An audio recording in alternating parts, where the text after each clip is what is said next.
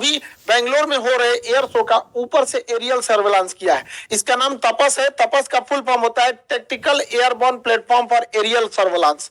तो टैक्टिकल का मतलब होता है कि बहुत ज्यादा दूरी नहीं, कम दूरी तक के लिए ये होता है। छोटे हमले को अक्सर लोग टैक्टिकल के नाम से हम लोग इसे जानते हैं। इसकी विशेषताओं के बारे में समझते हैं। ये एक्चुअल एक सर्वेलांस ड्रोन के रूप में इसे विकसित किया गया था, लेकिन अब इसे आर्मर ड्रोन के तौर पर तब्दील कर दिया गया। अमेरिका भी प्रेडिटर जो ड्रोन बनाया था वो पहले सर्वेलांस के लिए बनाया था, निगरानी के लिए। अब उसको क्या कर दिया, उसमें मिसाइल वगैरह लगा के हार्ड पॉइंट जोड़ के उसे घातक हथियारों से लैस कर दिया। आज दुनिया में सबसे ज्यादा तबाही वही मचा रहा है। तो ये जो हम लोग का तपस ड्रोन है, रुस्तम 2 का ये एडवांस वर्जन है, तो ये अब हमला करने के लिए भी तैयार रहेगा। इसे डीआरडीओ ने विकसित किया और बनाने की जिम्मेदारी एचएएल हिंदुस्तान एरोनॉटिक्स लिमिटेड को दे दिया। वो अपनी प्रोडक्शन फैसिलिटीज में इसका विकास करेगी और तेजी से इसे आगे बढ़ाएगी। इसके नंबर ऑफ मतलब आर्मी, एयरफोर्स, नेवी सबके लिए इसका प्रोडक्शन को आगे बढ़ाया गया। लगभग 76-74 के आसपास में इसका नंबर को अभी मांगा गया है, हालांकि और इसके नंबर्स को बढ़ाया जाएगा। शुरुआती परीक्षण इसका कर्नाटक में हुआ था। कर्नाटक के शुरुआत में इसका कोलार में परीक्षण हुआ। दूसरा परीक्षण जो पूरा बढ़िया से ट्रायल किया गया वो चित्रदुर्ग में। ये अक्सर क्वेश्चन पूछेगा चित्रदुर्ग कहाँ है, कर्नाटक में। हालांकि पहले भी मिसाइलों के परीक्षण के लिए हमारे पास उड़ीसा का व्हीलर द्वीप, जिसका नाम ये कलाम द्वीप हो गया, उसके ऊपर है चांदीपुर और यहाँ पोखरन। ये 4 जगह याद रखिएगा, मिसाइलों के परीक्षण के लिए यह जगह है। इसके बारे में अब समझते हैं। देखिए, इसकी लंबाई जो है वो 31 फीट है। इसकी लंबाई को 31 फीट रखा गया है, जबकि इसके डैनों की चौड़ाई को 67 फीट रखा गया है। यानी इसका डैना जो है विंग स्पैन ज्यादा है। जितना ज्यादा विंग स्पैन रहेगा वो हवा में उतना ज्यादा स्टेबल रहेगा। वो कोई भी चीज स्टेबिलिटी उसकी बढ़ जाती है। इसमें टर्बोप्रॉप टाइप के इंजन लगे गए हैं, जिसके फैन बाहर होते हैं। टर्बोप्रॉप इंजन के फैन क्या होंगे, बाहर रहेंगे। इसमें 3 ब्लेड दिए गए हैं घूमने के लिए, जबकि तुर्की का जो TB2 ड्रोन था उसमें 2 ही विंग्स थे, 2 ही फैन है घूमने के लिए। इसमें 3 फैन है। जो तुर्की ने पूरी दुनिया में हल्ला कर दिया कि उसी का ड्रोन सबसे बढ़िया है, उसका जो ड्रोन है उसमें 2 ही विंग लगे हुए हैं। हम लोग का जो ड्रोन है उसका जो इंजन है वो ज्यादा पावरफुल है। वो 3 टर्बो ब्लेड है, उसमें 130 किलोवाट ये जनरेट करेगा, इतना इसका पावर है।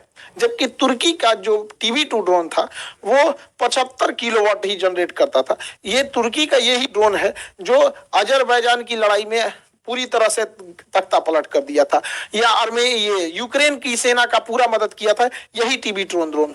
इस ड्रोन की जो सर्विस सीलिंग है, जब ऊंचाई होती है उसे सर्विस सीलिंग टेक्निकल भाषा में बोला जाता है, 35,000 फीट है। 35,000 फीट पे कमर्शियल जहाज उड़ते हैं। इसका मतलब ये जहाज की हाइट पे उड़ेगा, छोटे मोटे चीज नीचे से पकड़ भी नहीं पाएंगे। यहाँ पे इंडोरेंस जो है इसमें कितने देर तक उड़ सकता है, ये तो 18 घंटे की इसकी इंडोरेंस क्षमता है। रेंज जो है ये 1000 किलोमीटर तक जाकर हमला कर सकता है। यहाँ पे इसकी रफ्तार 350 किलोमीटर प्रति घंटा बताई गई है यहाँ पे। अभी इसकी रफ्तार, इंजन और स्मूथ होंगे। इसके खाली वजन, केवल मतलब जो जहाज का वजन है, इस ड्रोन जो है, इस ड्रोन का अकेले वजन 1800 केजी है, लेकिन यह ले जा सकता है 350 केजी का पेलोड। यहीं से इसकी एडवांसमेंट चालू होती है कि 350 केजी के हथियार को ये ले जा सकता है। जबकि तुर्की का जो TB2 ड्रोन था वो महज 150 केजी के ही वजन को ले जा सकता था। 150 केजी में वो 2 से 3 मिसाइलें ही ले जा सकता था, जिस वजह से उसे बार बार वापस आना पड़ता था। दूसरा, ये एक राफेल में मतलब 50 राफेल खरीद, इसको एक राफेल में ये 50 ठो आ जाएगा। और तगड़ा, इतना खतरनाक, जिसका कोई अभी रेट डिस्क्लोज नहीं होता है ये डिफेंस के चीजों की, इसलिए हम लोग इसका अंदाजा लगा सकते हैं। लेकिन ये बहुत सस्ता होता है, इसका रेट अभी किसी को एक्चुअल नहीं पता होता। तो 350 केजी का ये हथियार ले जा सकता है, TB2 ड्रोन से ज्यादा ले जा सकता है। हालांकि तुर्की भी अपने ड्रोन्स को एडवांस कर रहा है।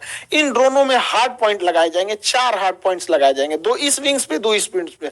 हार्ड पॉइंट उसे कहते हैं जहां पर हम हथियारों को अटैच कर सकते हैं। तो इसमें 4 हार्ड पॉइंट लगा दिए जाएंगे जहां से हम हथियारों को अटैच कर सके और फिर उससे हम लोग फायर कर सकते हैं। ये ड्रोन ज्यादातर काम आते हैं टैंक्स वगैरह को उड़ाने के लिए यहाँ पे। और हम लोगों ने टैंक को उड़ाने के लिए पहले से ही ऑलरेडी मिसाइल डेवलप कर लिया, Helina missile. Helina missile tanks के लिए एकदम घातक साबित होती है।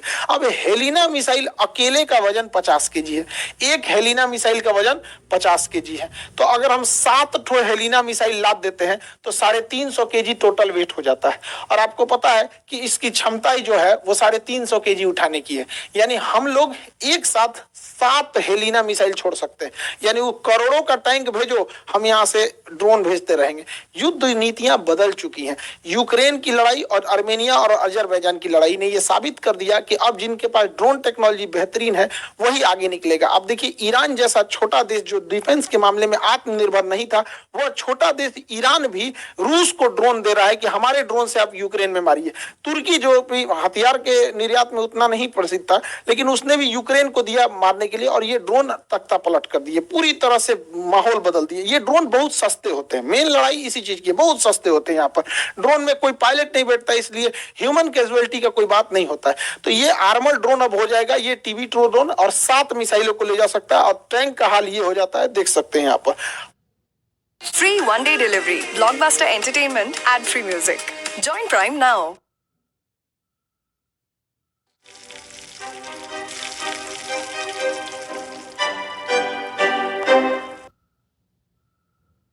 इसमें अलग तरह का नेविगेशन सिस्टम जोड़ा गया है।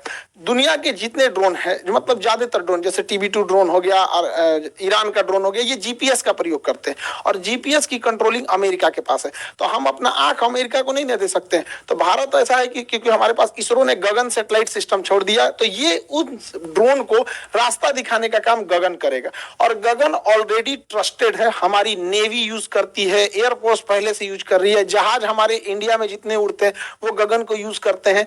जितने भी ट्रेन वगैरह का एग्जैक्ट लोकेशन के लिए भी हम लोग गगन का ही प्रयोग करते हैं। तो ये गगन सैटेलाइट हम लोग का है, तो हमारे इसके ऊपर कंट्रोल है, इसका प्रयोग करना ज्यादा सही है। और ये पूरी तरह से भारत की निगरानी देता है। तो अब हम लोग कहीं पे भी हमला करने के लिए GPS पे डिपेंडेंट नहीं है।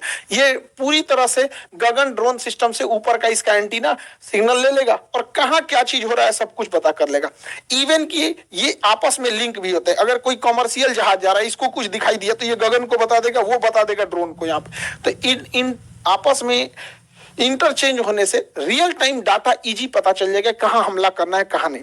अब GPS में कोई डाटा मिल रहा है वो देर से मिलेगा। जैसे अगर किसी को बता दिया कि लखनऊ के ऊपर से एक जहाज जा रहा है, आधा घंटा बाद हम ये सूचना देंगे कि लखनऊ से जहाज जा रहा है, तो जहाज पता नहीं कहाँ जा चुका रहेगा आधा घंटा में। तो हमें जो भी जानकारी चाहिए रियल टाइम पे, अभी वो जहाज पिन पॉइंट कहाँ है। तो रियल टाइम डेटा के लिए हमारा गगन सिस्टम बहुत जरूरी है, और ये आपस में इंटीग्रेटेड है। सारी सिस्टम आपस में एक दूसरे से इंटीग्रेट है, जिससे हमें रियल टाइम डाटा लेने में इजी होगा। इसमें नेविगेशन सिस्टम में दुनिया का सबसे एडवांस नेविगेशन सिस्टम डाला गया है यहाँ पे। इसके कैमरे में बिल्कुल HD क्वालिटी को, लेकिन HD क्वालिटी ये देखने के काम में आता है। युद्ध में कितना अच्छा देखते हैं ये मतलब नहीं। जब दुश्मन को देख लेंगे तो आप भी दुश्मन को मार देंगे और दुश्मन भी आपको मार देगा।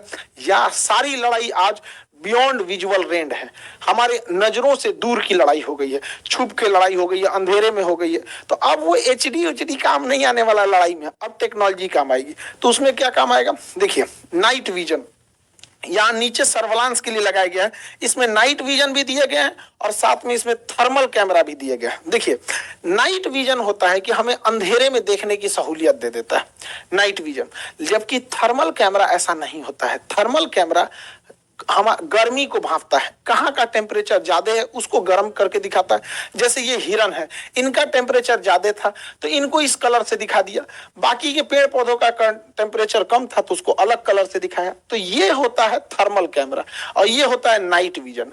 अमूमन ऐसा लगता है कि जब नाइट विजन कैमरा ही है तो थर्मल की जरूरत क्या है। देखिए नाइट विजन से अच्छा थर्मल होता है। रीजन क्या है, अगर इन हिरन को ऊपर एगो तिरपाल ओढ़ा देते हैं या चादर से ढक देते हैं, या हिरन के जगह अगर फौजी रहते हैं ढक लेते हैं अपने आप को, तो नाइट विजन उसे नहीं देख पाएगा कि इसके अंदर आदमी है।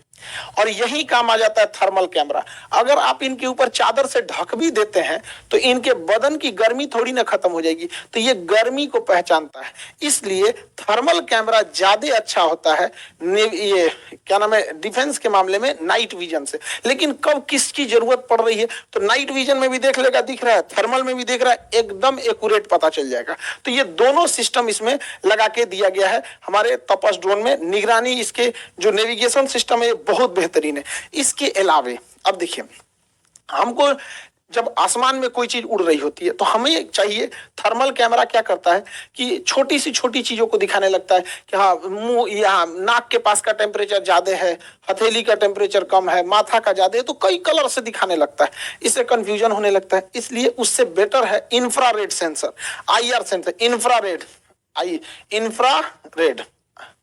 Infrared system.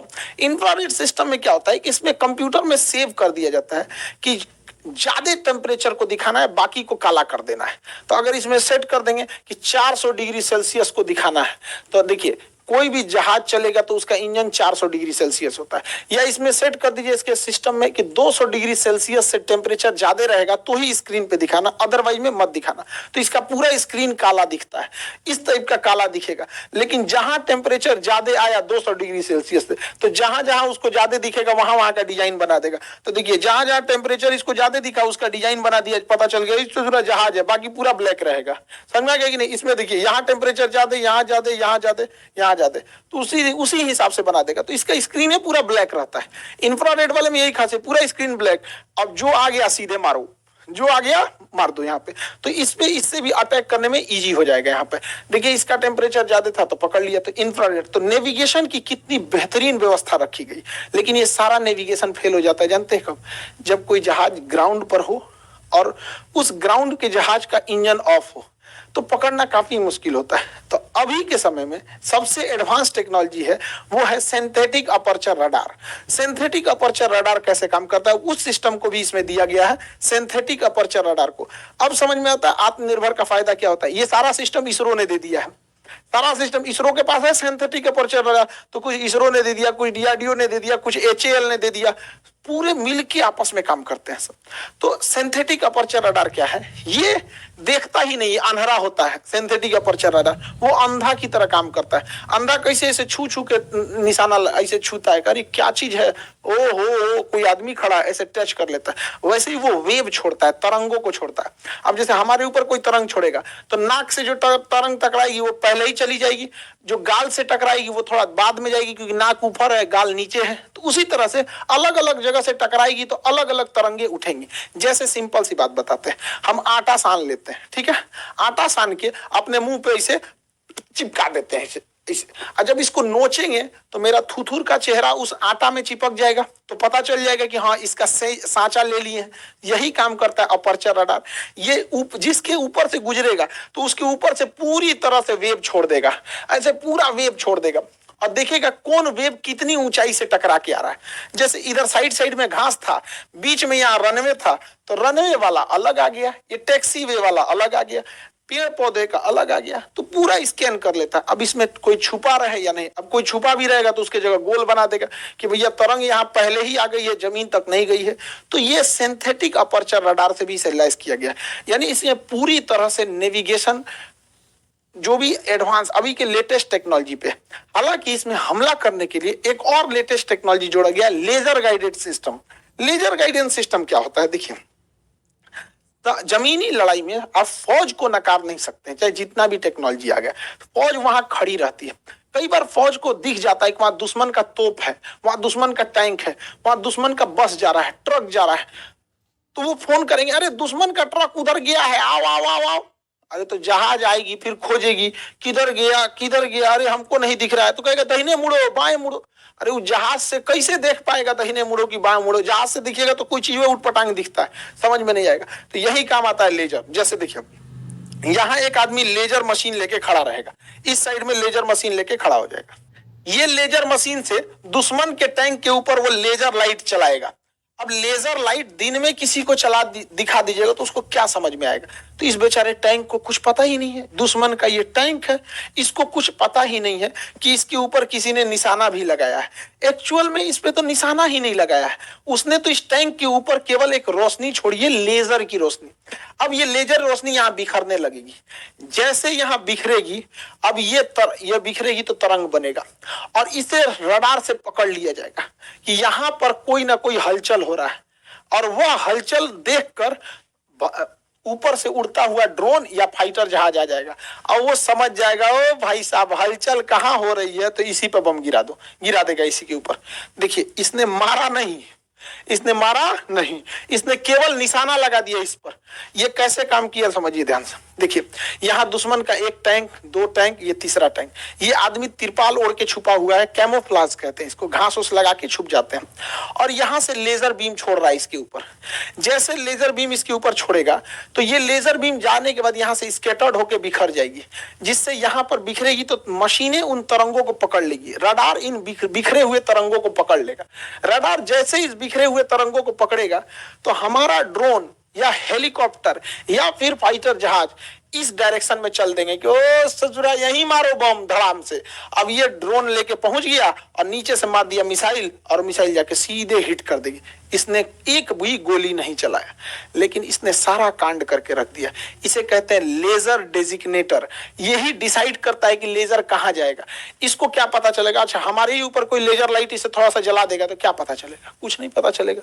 लेकिन वो बिखरेगा तो रडार छोटे से छोटे चीजों को पकड़ लेता है, जिस वजह से वहां पे आके हमला किया जा सकता है। तो ये अभी की सबसे खतरनाक टेक्नोलॉजी है। देखिए यहाँ पर इसने यहाँ से लेजर लाइट इसको दिखाया, ये बेचारा चुपचाप जा रहा है, कहा चलो जी जाइए रहे हैं, हम भी चलते हैं, तुम भी चलो। ए सोच रहा तू नहीं, आ गया ऊपर से, आ गया।